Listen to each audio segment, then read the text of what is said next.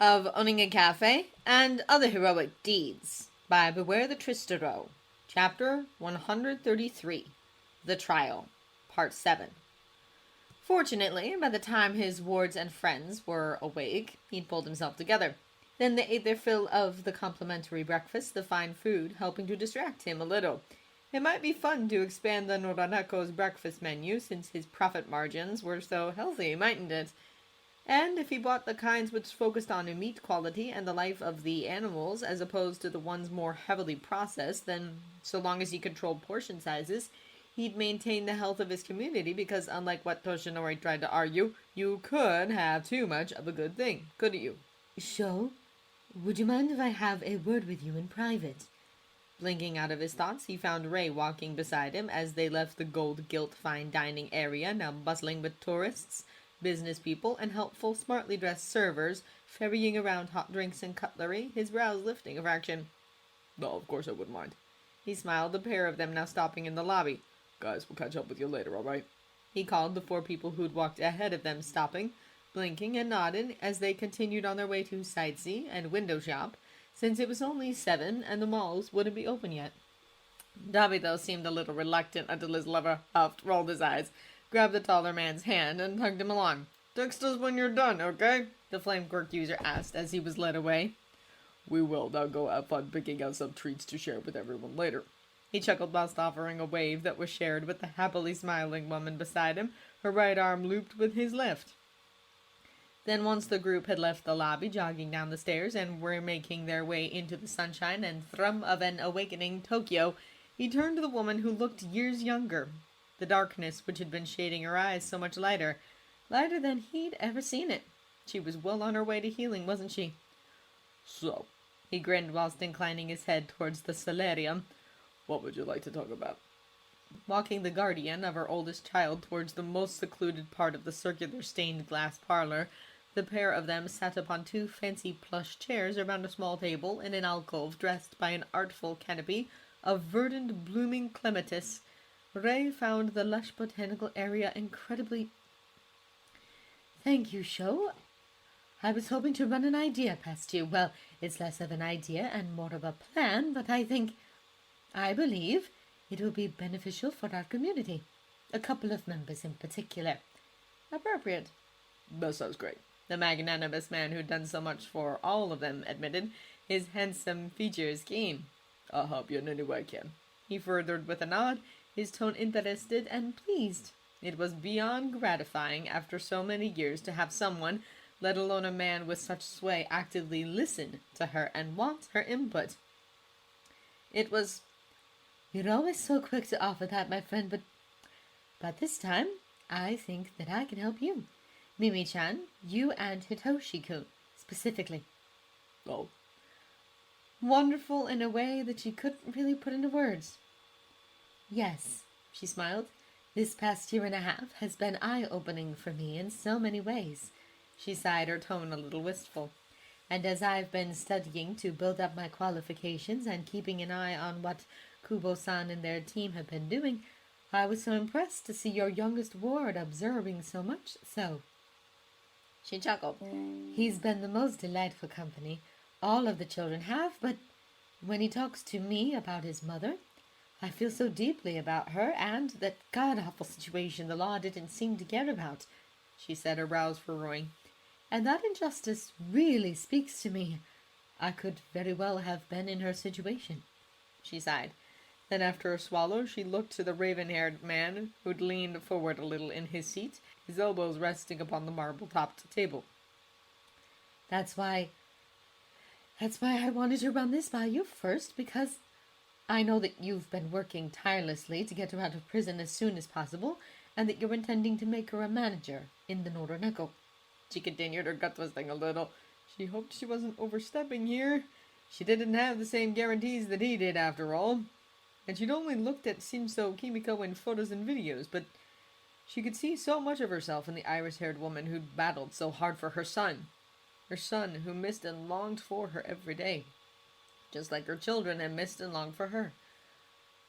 I want to go into business with Shinso-san, she heard herself say, her hands curling into soft fists upon her knees. When this court case is settled, and after the HPSC have had their share of NG's money, Kubo-san has told me how much of his assets I'm likely to get, outside of what I've already been awarded through the divorce. She continued, her eyes finding the intricate patterns interwoven into the ingenious rock incredibly interesting. Thanks to Toshinori-san's infinite generosity, my children and I will be able to move into an apartment next to Mimi Bachan, so I want to funnel those funds into buying the closed-down sportswear store across the road from the Neko Koneko Youth Center. She continued, then her thoughts and tone becoming more confident, she plucked her phone from her purse. I've been crunching the numbers on the costs, the square footage, and everything else. She told him, the floor plans of the unit she wanted to buy loading on her web app. Shinso-san has been working hard these past few years to get a business degree and managerial qualifications, whilst I have been studying to become a florist, specializing in ikebana. She said, her quirk in mind, if we applied for quirk work licenses, between our qualifications, powers, and Mimi-chan's knowledge of the business, I really think that we can create a floristry school and nursery, she continued. Shinso-san's growth quirk would mean we'd only ever need to purchase seeds and seedlings. I could keep cut flowers at the perfect temperature for longevity, and together, we can build a business that'd be good for us, the environment, and our community. She smiled. Plus, knowing that she'd be a partner in our business, a full three-way split, it'd mean we could argue to have her sentence reduced. We could prove that she'd have an income, that she is a businesswoman needed to start and maintain a venture. She enthused. Oh, and we could do mental health workshops too, because working with plants has been proven in so many trials to decrease stress and promote mindfulness, and over time we could even become accredited to teach ikebana to others too. And we could sell window boxes and planters already brimming with plants. Can you imagine it? The apartments that surround where we live, their balconies and window ledges full of color, full of medicinal spices, herbs for cooking, vegetables and salad leaves. She pushed, her eyes glittering before with a blink she blushed. She'd been ranting, hadn't she? And so now, a little cowed, she sighed. But we would need help forming a business model, and she and I have never even spoken to each other, and I know Hitoshi-kun so wants to have her at your cafe, and I'm sure that you do as well. She nodded. So I completely understand if you think this fanciful vision of mine is... Blinking, she found trembling, hard-working hands clasping the one holding her phone. Snapping her head up, she found her eyes locked with tear-laced ones, her own throat squeezing. Race on. Shouta breathed, his smile wide. Please, that's beautiful. I think that's a wonderful idea, he stated, her eyes widening as he nodded. We'll speak with Murai before the kids get here. His team look after Kimiko and represent her. They can talk to the detention house warden, and I'm sure we can arrange for you to meet her, and then, if you both agree that you want to move forward, we can tell Toshi-kun together and get the ball rolling. He beamed, their other hands clasping. I just know that this will be a great start to your new lives, you know. Checking the pair of them over with a critical eye, Dabi struggled to hide his frown. Okay, what's going on? He asked over the din of salarymen and women bustling across various walkways, traffic crossings, and alleyways in flocks, some of them talking, others checking their phones as shop workers slowly cranked the security shutters up and away, amidst the running, skipping, and chattering of school children, hurriedly making their way to train and bus stations. They'd both been in tears. It's... Igarawa smelled it. Don't say nothing, he cut in meaningfully, his body fixed between them as they walked down a less populated street with his partner steadfastly keeping Mirai and Atsuhiro distracted by pointing to things on one of those silly tourist maps they'd picked up from somewhere. Not because their uncles weren't family, of course, but because Sho and his mom didn't like to make others concerned about them, and the last thing he wanted was to make them even more uncomfortable, but... So come on, out with it. I'm a big boy, and I want to help you. He huffed. If it's anything to do with him or today, then I am thoroughly Prepare to yell some more in that courthouse, alright? He needed to know that they were alright. They'd both been taking care of everyone else, especially on the lead up to this trial. They'd given him the freedom and autonomy to grieve, to be angry, to be himself without censorship, and so, if anything or anyone had hurt them, he wanted to know about it so he could guard them as they'd guarded him. Dabi-kun, it's nothing to be concerned about. His mother chuckled, the gentle hand cupping his jawline fondly. Yoroka-san has just been scheming, and as usual, Sho has encouraged me, that's all. She told him, her tone genuine. How would you feel about me, Mimi-bachan, and Shinso-san going into the flower business together, We've not got anything solid put together yet, but I really believe we can make a go of it, so what do you think? She asked, blinking, because that's not what he'd been anticipating. He looked to the eatery owner before turning back to the woman who'd birthed him. Mom? He breathed. That'd be amazing. He managed before his indignation returning. Mom, don't go scaring me like that, alright? He upped. What kind of people talk about something like that and get all red-eyed, huh? I thought I was gonna have to bust some heads. Ugh, metaphorically, of course. He grumbled whilst bringing them closer, his turquoise eyes slanting from his cutely giggling parent to the man who'd saved them both. But don't think that you're getting away with anything, he told them pointedly. What happened to you while we were all asleep, huh? Watching as he blinked, his smile sheepish, the older man shook his head a little ruefully. There's no getting anything past you, is there? He offered whilst his mom similarly regarded him, her brows furrowed lightly. I noticed that Fuyumi was online when I was waiting for the buffet to open. He shrugged a little. I called her and we talked. We had a moment, he admitted whilst regarding them both fondly. I just keep getting to have life-affirming conversations with amazing people, and something tells me that's all your fault. He winked. Sucking in a breath, Dabi squeezed the suit wearer's arm, the protective ire he'd been simmering under dissipating. Yeah, well, something tells me we're pretty fucking lucky to have you, so don't go forgetting that, you crazy little old guy. After roaming around, the six of them assured they'd plotted the best route from the courthouse to Yoyogi Park via the more interesting candy stores, novelty toy, and souvenir shops, they began their trek back to the High Court. It was 9:50, and since the other teens had texted that their UA minibus had flown through the mid-morning traffic, they were stood at the top of the gray building steps just as the vehicle pulled up to curb. Hey guys! Atsuhiro called, his candor not caring a jot that he was yelling at the front of such a prestigious building where several lawyers sneered and humped at him.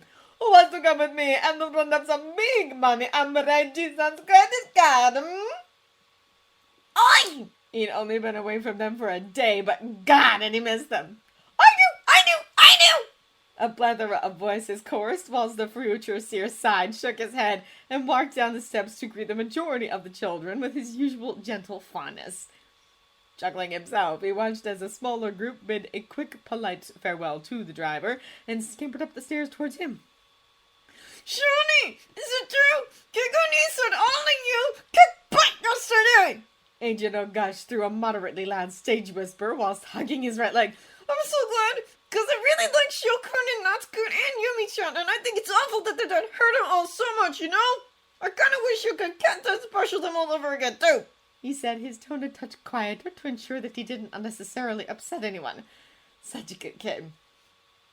I think it's fair to say that we told the truth and did our best, he replied fondly, his right hand ruffling the other's ebony locks before he welcomed Nato, Denki, and Itoshi in for a hair ruffle, whilst the other Tats, Mirio, Tamaki, and teens fawned around Dabi, his mother, partner, and the pros. Thank you, all of you, for being so great during such a difficult time. He smiled, the four of them blinking at him. You've all become very grown up, and I couldn't be more proud of you, he said, each boy preening a little at the praise. And, Shoni? Humming, he turned to Fuyumi, stood to his right.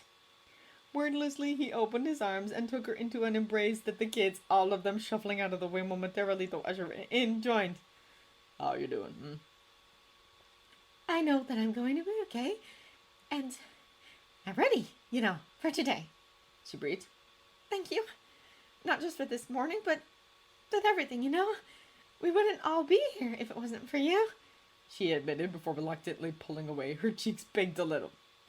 We did this, all of us, together. He replied gently, a smile blocking his lips. And I'd tell you that whilst tousling your hair, but I don't want to ruin how lovely it looks. He furthered, all of them chuckling as her blush darkened, their spirits lifting even as Kubo-san opened the courthouse doors to greet them, their expression welcoming and determined. Hiruma-san, we're ready for you and your children now, okay? With the teens and pros walking the majority of the tots away, the rest of them heading into the building. Okay, now, as we talked about last week, you're going to sit in Date-sama's chambers and he's going to ask you a few questions. He held his youngest ward, was held in one arm, but the gentle hand rested on Natsuo's shoulder. You can answer the questions in any way you like, and if he requires further information, then he'll ask for it, alright? Oh, and if he asks anything you don't want to answer, or you're not sure about, just look to me and I'll come over to you and we'll discuss the matter.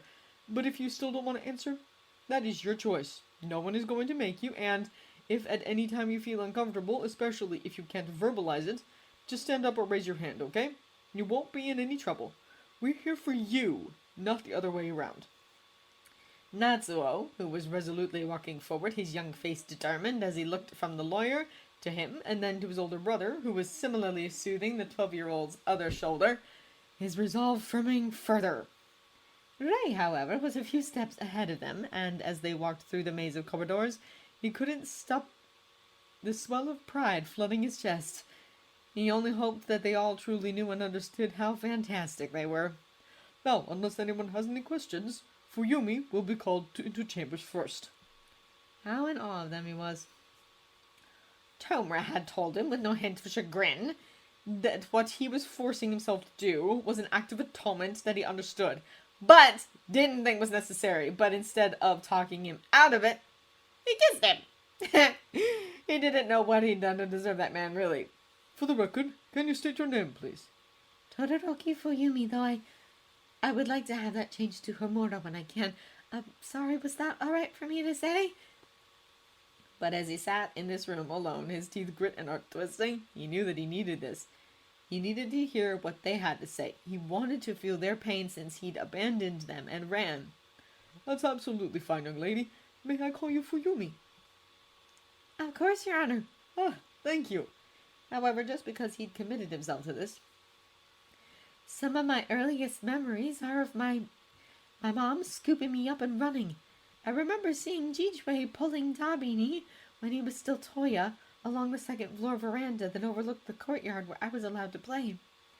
He was always covered in bandages, and when I asked Okasan about it, she always looked so sad. I know that she tried really, really hard to talk Jijue out of training him, and I thought that maybe I could help if I could be trained to be a hero too, then Jijue wouldn't need to work my brother so hard. That's what I thought when I was 5 or 6, I think. It didn't work, though. Didn't mean he was prepared to hear it all. My father, he rarely looked at me. He only ever spoke to me on a few occasions. He told me to study hard. He told me to be good and quiet and stay out of his way. That I was too small and fragile and weak for the world he was training Toya to fight for. He said the same to Natsuo when he tried to help too, and when Nisan kept getting burnt, and then Shouta was born, I thought we'd seen the worst side of him. Knock, knock. Swallowing thickly a fresh pang of guilt at the jealousy his younger self had felt towards his youngest sibling redoubling, Dabi leaned back in his seat and rubbed his eyes. But he was obsessed with him. Dabi was cast aside to be with us, and it didn't matter how much any of us cried or begged or pleaded with him because Shouta was perfect. Okasan was a means to an end, and me and my other brothers, we were just a nuisance. People he was obligated to house and educate because it's the law. Knock, knock. Shit, he needed... Hey, I did not. Would you mind if we joined you? Blinking, his eyes widening, he snapped his head to where his guardian stood in the doorway with Itoshi, the little boy he couldn't love anymore if they were blood kin, already running to him. Swallowing the small in a hug, he held him close before chuckling. The pair of you are always saving me. He chuckled before standing and gesturing for his actual father to join him on the stiff-foamed couch before the split-screen TV showing his sister, the judge, and Endeavor's legal team. Have I ever told you how glad I am for that, huh? Natsuo's testimony was just as heartbreaking to hear. Endeavor never bothered with me from the beginning. I think the color of my hair gave away how worthless I'd be to him. That's why I don't think he'd care if I changed my last name. I like Imura, but I like Aizawa too. I think I'd rather be anything other than a Todoroki, really. I have never met his parents or siblings, you know. But Mama's parents, they aren't any better. I can't remember the last time they visited, but I know that Mom tried to call them a lot. She she needed help, and no one came. No one except Dabini, Shoni, and the real pro heroes, anyway. And as he sat next to his oldest ward, Shouta couldn't help but reflect on what Eijiro had said to him earlier. I don't think Endeavor and me, have ever had a full conversation, really. The only times he's ever spoken to me was when he was yelling. My grades were dropping, I was making a nuisance of myself, I was bothering Dabini too much, I was distracting Shoto too much. Well, I'd be surprised if he knew anything about me, outside of my grade cards. Hell, even the monks we worked with when we went to China were weirded out by how little he spoke to me and Fuyumi, and they were some of the most people I've ever come across. He wasn't one to advocate for violence, but did he physically hurt me? Yeah, from time to time, if I bothered him or my brothers too much. I didn't realize that fathers weren't meant to shove, push, or smack their kids, until Shoni and the other adults I've met and talked with showed me that such things were wrong. I just don't understand why he doesn't love me. Doesn't love any of us, really. What did we do that was so terrible? If he could have even 5 minutes alone again with Todoroki Enji, well... My name is Todoroki Shoto, but I want to be Himura Shoto as soon as possible, Your Honor. He didn't think he could hold himself responsible for his actions. I'm the biological son of the pro hero Endeavor, and I think the pro hero Endeavor is theoretically very good at his job, based on everything he made me read, and all of the information his agency gives out, but as a father, as a person, I hate him. He's taken the childhoods of me, my brothers, and sister. He stole Mama's peace. He forced me to live his dream. Even if I cried, even when I was sick, even Mama and Dabini tried to hold him back. God, I don't think I want to be a hero. I don't want to be someone who hurts their family to get stronger and become popular. I want to make up for lost time, I never knew that other kids got to live such different lives. Their fathers didn't have to be mean or cruel or violent. This is so unfair that I haven't been able to have friends before now. At my age. But my brothers and sisters, they're older. They've missed out on so much, and Mama, I had never seen her really smile until now. She's not afraid of me, but she still feels so bad for this scar, and it wasn't her fault. That poor sweet little boy. He was beyond glad that Rei and Izuku would be waiting on the other side of Date-sama's door, ready to swoop down and hold them when he was finished. It was his stupid fire that made her so scared. It was his stupid idea for me to use it. He wanted me to show her. He wanted this to happen. He hated me loving her and hiding behind her, and I hate him. This, regardless of anything else, must have been cathartic for them all, mustn't it? Small mercies. Todoroki Enji, Shigaraki mused, was detestable even by his standards. The jury has now heard all of the evidence in terms of the charges laid against the defendant, and so, at this time, I would like to thank the witnesses for their time and excuse the jurors so they can deliberate not only on crimes alleged against him related to his personal life and domestic setting, but those cited by the HPSC. And as he watched on from the high vantage point afforded him via his astral projection, He pondered what punishment he could level against this man whose arrogance rivaled his own, but lacked in intelligence. This man whose quirk wasn't that special, but could serve as a useful base for a Nomu. This man who dared to cross him by dragging Aizawa Shouta's name into that ridiculous defense he'd cooked up through his overinflated sense of self-importance. Until such time that a verdict is reached, I have ruled that Todoroki-san will not be allowed to post bail. What? That's outrageous. I can pay. Silence, Todoroki-san, or I'll place you in contempt of court. Well, his latest scheme needed another year to bear fruit, so he was certain he could come up with a suitable way to deal with him by then. And in the meantime, what was a little psychological torture between the cellmates? Court is adjourned. Take him away. Chuckling to himself, he then ambled his way through the masonry of the High Court building and set his sights towards Yoyogi Park, where the man responsible for his new enterprise was no doubt overseeing that incredibly bright group of children and teenagers who, he thought, could very well be essential to what he'd set his mind to do, what he was hoping to build. Oh, yes. Ali exit free! Oh, donkey! Yield over, the game's over! Ah, sorry! Yes, because children were the future, after all. Thank you're it! Not for long, kiddo! And what a bright, interesting future he had in mind.